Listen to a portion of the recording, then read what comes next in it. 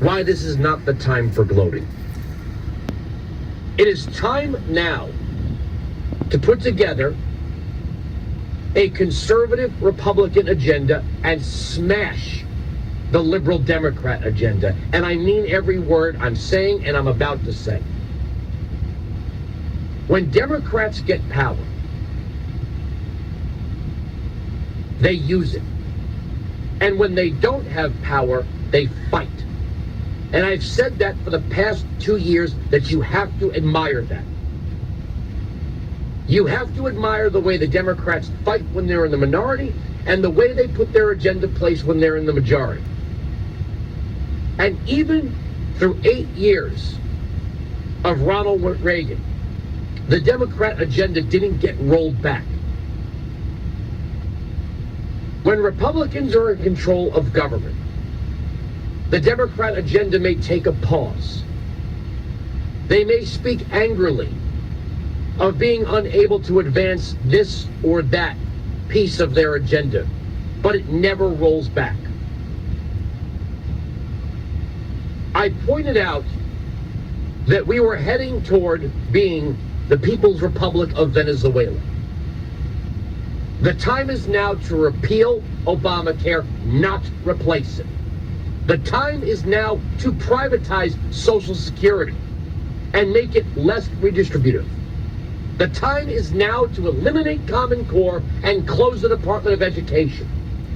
The time is now to build a wall and to draw big red lines around regions of the world, of the globe, where terrorism flows out towards the West. The time is now to allow states to reclaim their rights, to reinstall the 10th Amendment, to place 4 constitutional conservatives on the Supreme Court, and to say the Second Amendment lives forever.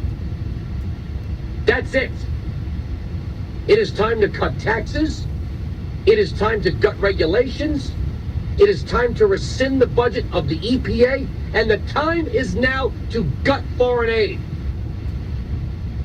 There is no reason why countries like Guatemala should get $80-something million a year only to have us hear that we have to take in all the Guatemalans fleeing poverty and violence.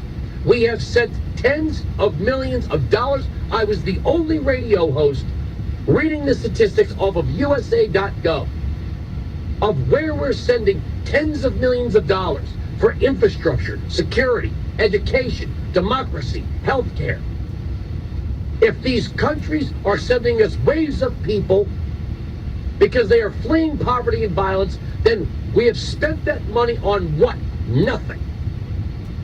It is time to cut foreign aid and put that money, if we're going to spend it at all, into programs for American citizens.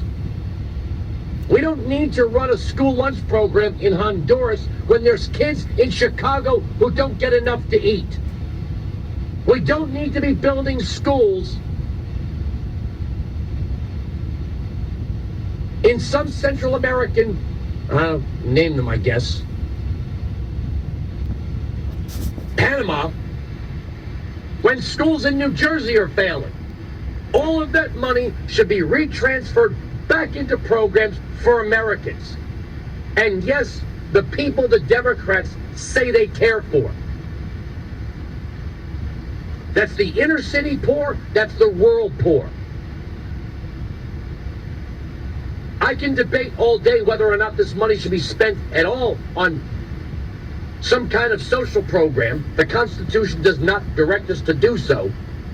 But if the choice is to spend it on foreigners or American citizens, I will stand with spending it on American citizens every single time. Education is not mentioned in the Constitution. Healthcare is not mentioned in the Constitution. Roads are, but transportation is not. Whether you have a constitutional conservative in Ted Cruz or Rand Paul, or a businessman who understands that capital must be protected or else it is lost, one way or the other, efficiency must be imposed upon government, no matter how painful to the people in government. I do not lament what happens to armies of bureaucrats during a government shutdown. As a matter of fact, the longer they stay out of work, the less damage they can do. It's not about revenge. It's not about anger. It's not about getting back at the Democrats or Hillary or anyone else. It's about picking up the style, picking up the tactics, picking up the agenda, and saying, you know what? You did exactly this when you ran the table in 2009. We're doing it now. And I wasn't gonna threaten to quit my job or jump off a bridge or hide away in a closet someplace eating only takeout foods until my emotions settled. I sat behind this microphone as George W. Bush went out, John McCain lost, and Barack Obama came in. And we handled it like adults. I can tell you exactly what I did in the first segment of the first program the day after Barack Obama won the election. I read the John Galt radio speech from Atlas Shrugged. 1-695 Patriot 957-2874. Democrats have to ask themselves now, with all the power they were willing to vest in Barack Obama, all the unconstitutional power, do they still believe that Article 2 bestows that power upon a president? I will tell you, no. Donald Trump does not have the power to make unconstitutional executive orders and executive actions. What he does have the power to do is repeal each and every one of Barack Obama's, and I hope he holds to his promise to do so in the first 100 days.